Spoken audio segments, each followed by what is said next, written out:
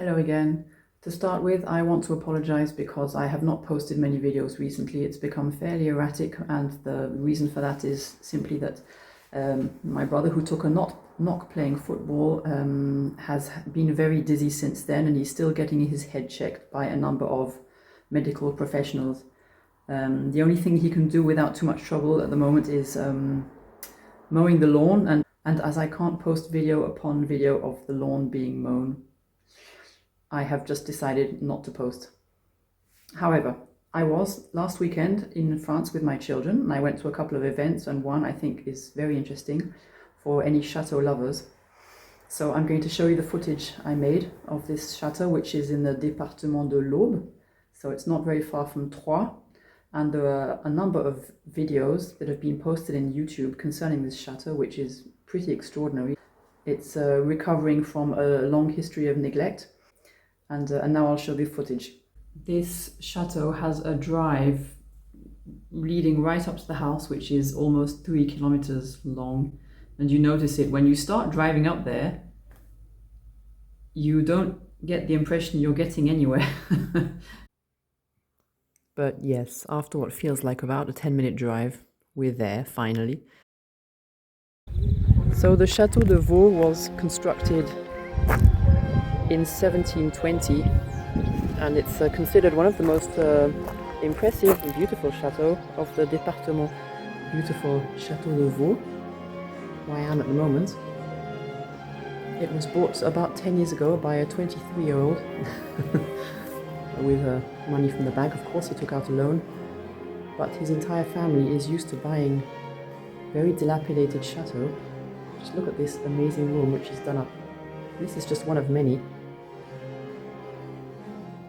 And they restore them. Some of them they sell again in much better condition, and some of them they keep, I think, from what I understood. This is just amazing.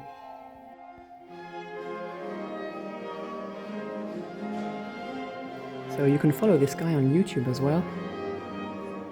There are regular updates there. You can see the condition this chateau was in when he bought it. There were some places where there was absolutely no ceiling left. This, I think, is wallpaper which they recreated, unless I'm mistaken, from little pieces that they found, bits that were left. He explains that in order to get these places done up fast with appropriate decoration and furniture, he borrows a lot of it. Some of it he buys on auctions, some of it he gets given by kindly people who recognize the enormous task ahead of him, and he just gets given some bits of furniture, but I think more like saucepans and pans and things to put in the kitchen, which is downstairs, which is a very elaborate affair as well. This is very nice wallpaper as well, although I'm not a wallpaper fan. I love this one. Of course, this is a style, unlike our manor. It's very elaborate. It does make the room appear more full of stuff, let's say, although, you know, there's not much furniture here, but it does just look more full because of the walls being so full of motifs. So just to give you an idea, this room before restoration looked like that. Isn't that great? So what they do is they buy a chateau with a bank loan, and the young man who bought this chateau said I think he had to see 14 banks before he found one that accepted to give him the loan. And as soon as they have the loan, they get to work. If they have outbuildings, they have seminars there, weddings, anything that brings in money. And they also have escape games. They put up outdoor chess boards. They have all sorts of animations, festivals with horses, knights in armor, you name it. It's all to bring in money so that the house gets rebuilt, the chateau. So it's worked for a number of houses already, and good luck to them, because it's a running system. It's really good.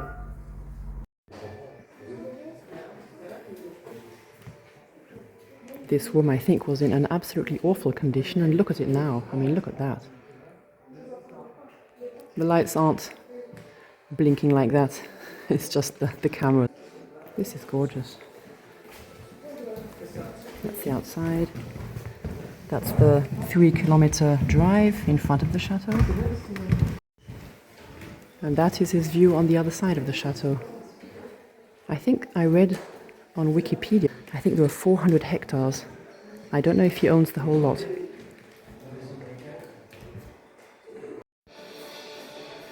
And as you can see here, they're still working very hard. It's nowhere near ready, but they're getting there.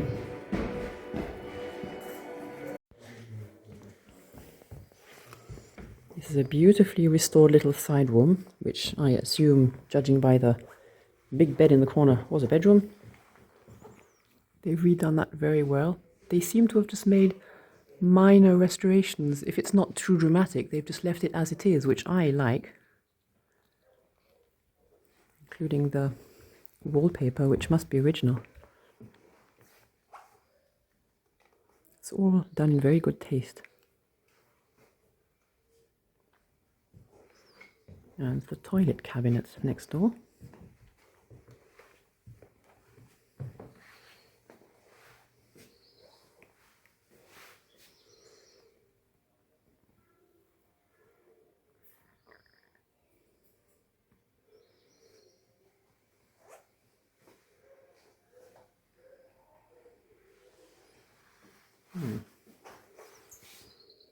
A little cabinet inside the apartment where they washed themselves or just went to the lavatory. Both, I don't know.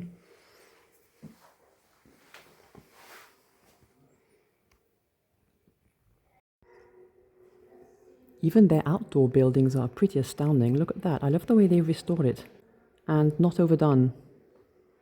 But this family has a history of redoing old houses which are pretty much, in an awful condition. Some of them, if they hadn't been bought within 5 or 10 years, they would have been gone by now.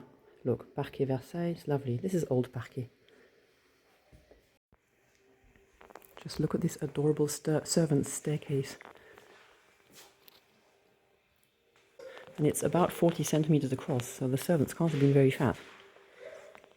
Goes up 1 story, 2 stories. I have to show you a quick view of the back side of the house. Just look at that. 400 hectares of this. You can go for long walks there. They haven't mown, I suppose, for reasons, I don't know, they're just letting the animals and insects live their life. That's good. And it doesn't look untidy. It's not covered in brambles. It's just very long grass. It's lovely. And there's the back of it.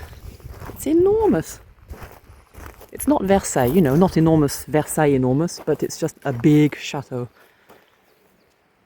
And beautifully restored.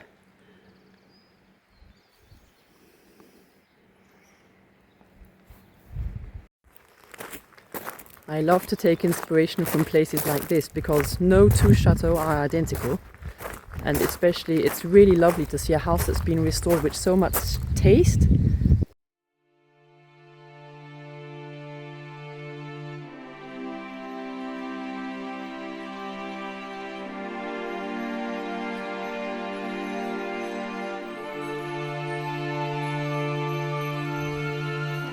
Of course, a huge advantage here is that they also have a lot of their outbuildings. They have, I suppose, a pressoir, a stable block. To me, this looks like a walled garden here that we're coming up to. Can anyone tell me what this was for? Okay, so right now the walled garden is being used as a car park. You can't do everything at once, and maybe he has no intention of making it into a garden again. Oh, hold on. Yes, it's a sort of mini vineyard of sorts. Good, well done. But I mean, looking after a garden, a proper garden, is a huge job as well. You can't do everything. And I'm already very impressed by what he's done. So I think this is the building that he has weddings in. Of course, you've got to make the thing run. It is a running system. So they have weddings and all sorts of different, I don't know, seminars, things like that. This is a lovely outbuilding as well. Look at that. And it's been restored just enough so that it still looks old. You can see it's been restored, but not over the top. It's lovely. So that's the one on the left. And then you have all the farm buildings on the right, which are similarly restored. Coach houses, a place to put the coach, the animals. Behind there are even more, and just behind that building over there, there is the walled garden. So it's an enormous place. Oh, and there's the pigeon tower. There it is. A simple, round, lovely pigeon tower.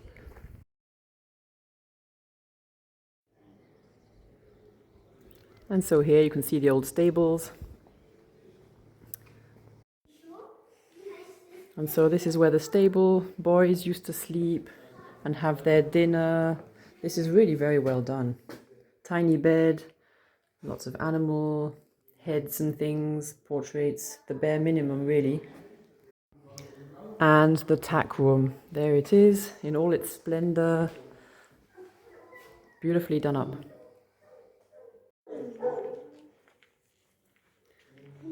The old carriage.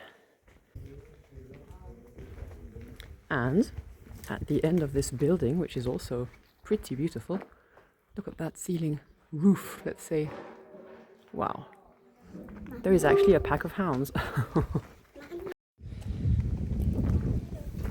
hounds. Hello, hounds. Oh, sweet. Very nice. Well, they're not there just for decoration, are they? Beautiful animals. Big. Hello. Well, I'm glad we're not the only ones who have wonky columns. This isn't completely straight either. I have to say a huge hats off to the young man who bought this place. It's inconceivable for me that someone, I checked, he was 22 when he bought it. He didn't buy it with his own money, he got a loan from the bank, but it's not money that was just given to him, he has to reimburse it, of course. So, so that's a huge responsibility on his shoulders, and he's doing a really good job about it, but I don't know anyone else at that young age who would have bought such an enormous house. And that was in 2015 that he bought it. Had he not done it, I can't imagine what the place would look like now. Houses that are not lived in deteriorate so fast, so much faster than houses that are inhabited. That's well known. I highly recommend that you go and check out videos about this place and the way it looked, 10 years back. You do have to have a solid reconstruction concept and a way of making the place run so that money keeps coming in. Otherwise, you haven't a hope in hell of reimbursing the loan. So, as I said, 22 years, hats off. That's just unbelievable. But it is a family thing, and I think this guy has 3 siblings, if I remember right. And at least 2 of them do they have similar projects, and it comes from their parents who started off this this trend, let's say. I don't like the word, but for want of a better word. And I think they bought the Chateau de Vaux, which was also in terrible condition, and redid it. It was just incredible. Just go and check it up on YouTube. It's amazing.